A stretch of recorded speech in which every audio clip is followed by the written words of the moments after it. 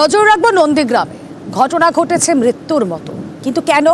নন্দীগ্রামের ভেকুটিয়ায় ট্যাঙ্ক পরিষ্কার করতে গিয়ে অসুস্থ হয়ে মৃত্যু হলো দুজনের, এবং এই ঘটনা ঘিরে চাঞ্চল্য ইতিমধ্যেই ছড়িয়ে পড়েছে। কথা বলবো আমাদের প্রতিনিধি সুজিত ভৌমিক রয়েছেন সঙ্গে। সুজিত, মর্মান্তিক এই ঘটনা, নন্দীয়ার ভেকুটিয়ায় ট্যাঙ্ক পরিষ্কার করতে গিয়ে মৃত্যু, কিন্তু কি হয়েছিল এক্স্যাক্টলি?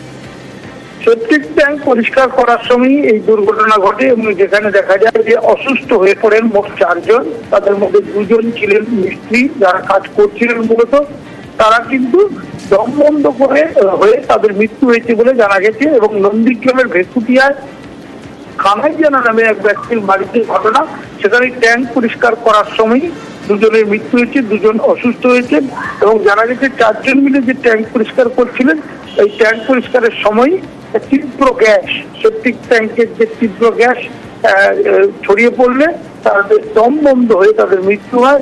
এই মর্মান্তিক মৃত্যুর খবর রুমেলা ছড়িয়ে পড়ার সঙ্গে সঙ্গে গোটা নন্দীগ্রাম জুড়ে কিন্তু শোকের আবহ।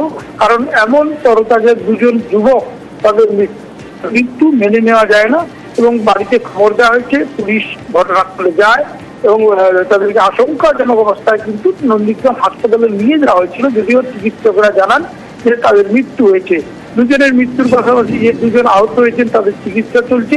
এলাকায় চাঞ্চল্য ছড়িয়ে পড়েছে রুমেলা। বেশ।